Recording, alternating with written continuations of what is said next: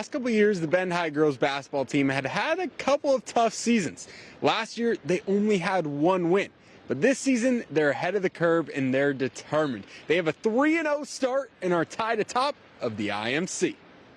It's just a great feeling. We just had great energy the whole time, and our bench is just phenomenal and just carries us through the game. A 3-0 start to league play for the Bend High Lava Bears, and sophomore Abby Johnson is leading the way. Honestly, it's a phenomenal feeling. It's amazing, honestly. I'm mind blown, honestly.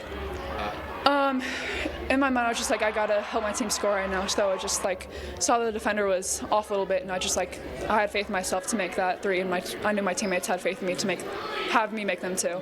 Johnson knows what it will take to continue their success.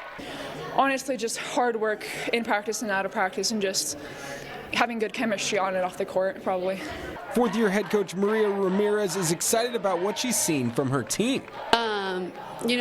That's a good point. We've been a young team the last 3 years, and so the girls putting in time and effort and energy outside of our season has been huge. There's a lot of growth that happens in the season, but because of the commitment that our team has been putting towards, those are what is most exciting for us. The commitment to the game, that's what led to a 3-0 start, and it helps to have several multi-sport athletes who have championship pedigree.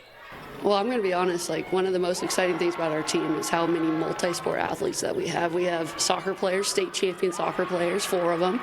We've got very competitive, we've got a state champion softball player, we've got some very competitive track athletes. So I think the most exciting thing is the fact that this isn't just, it's basketball season, and some of them are really committed, but also they're really good athletes all over the place, and then they represent Bend High very, very well. The Lava Bears have the playoffs on their mind, but they have to work hard each and every week to win in the IMC.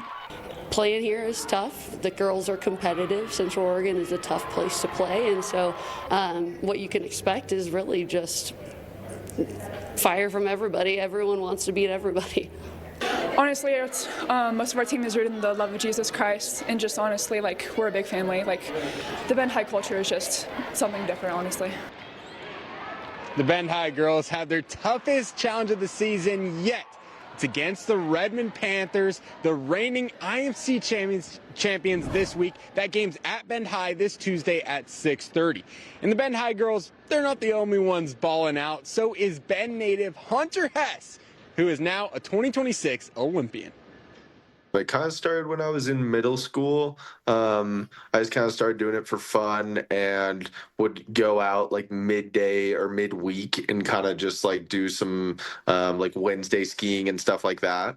And then, it just kind of slowly but surely blossomed. I just had a bunch of friends that did it. And then my whole community around me was really centralized around skiing. From Bend to Milan Cortina.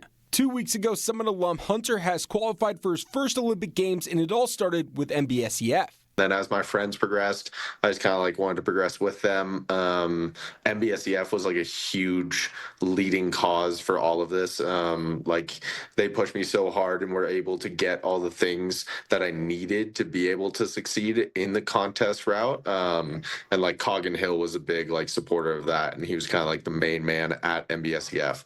The halfpipe skier originally aimed to qualify for the 2022 Olympic Games, but was set back due to injuries. I mean, it was crazy. The last Olympic qualifying process was so nuts. A lot. I mean, everything that could possibly go wrong went wrong. I had torn my MCL, and then I had done all the recovery, and I was just about to start our back to snow process, and it was all tracking so that I was going to be able to actually compete in all the qualifying events, because they're only the year of, and there's only a handful of them. So everything was tracking really well, and the day I was supposed to do the on snow thing, I woke up in the middle of the night and I was having appendicitis.